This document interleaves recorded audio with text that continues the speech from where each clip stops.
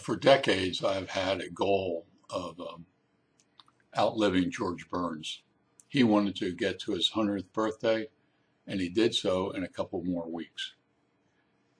And that means that to obtain my goal of outliving George Burns, I had to live to March 10th, 2043.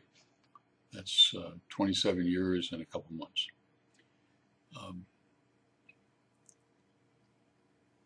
Period, new paragraph. However, I've danced with death twice, and my family history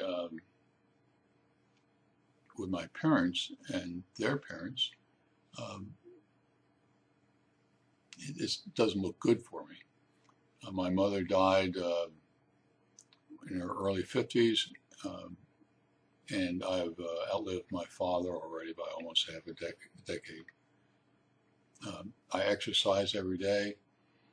I do 300 crunches in the morning and 300 at night. I'm serious about my drive to live a long and productive life.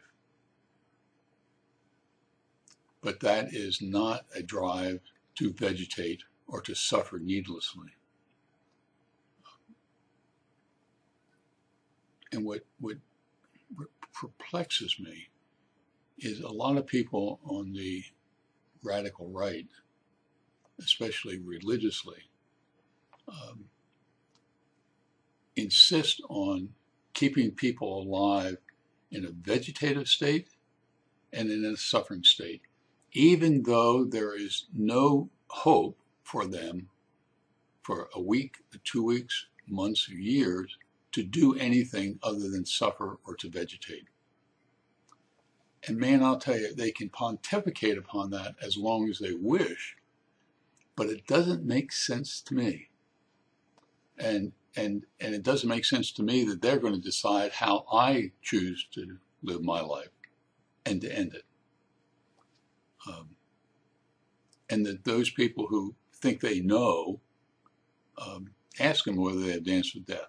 Ask them whether they have come close to not being, and ask them whether they understand that.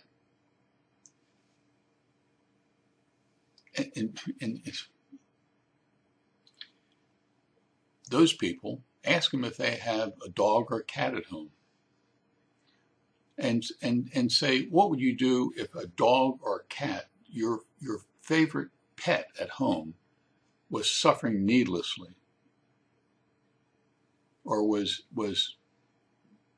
out of its mind because of, some form of pet dementia? What would you do? Just keep that cat or dog alive endlessly until, something else fails in its system? They would not do that to a dog or a cat if that cat or dog were their pet, but they mandate that for all human beings, that they have to continue living life, suffering or vegetating. I'd like you to think about it. Not my life, because you don't have control over my life. But you do have control over your life. And you need to think about it before you're in trouble.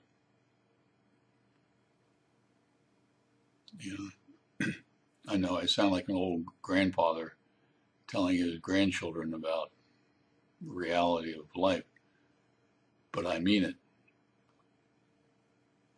Think about it now and plan for the future.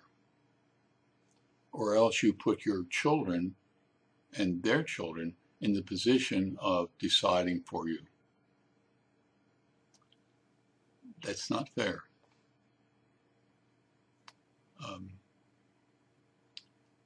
So, this is not a funny article,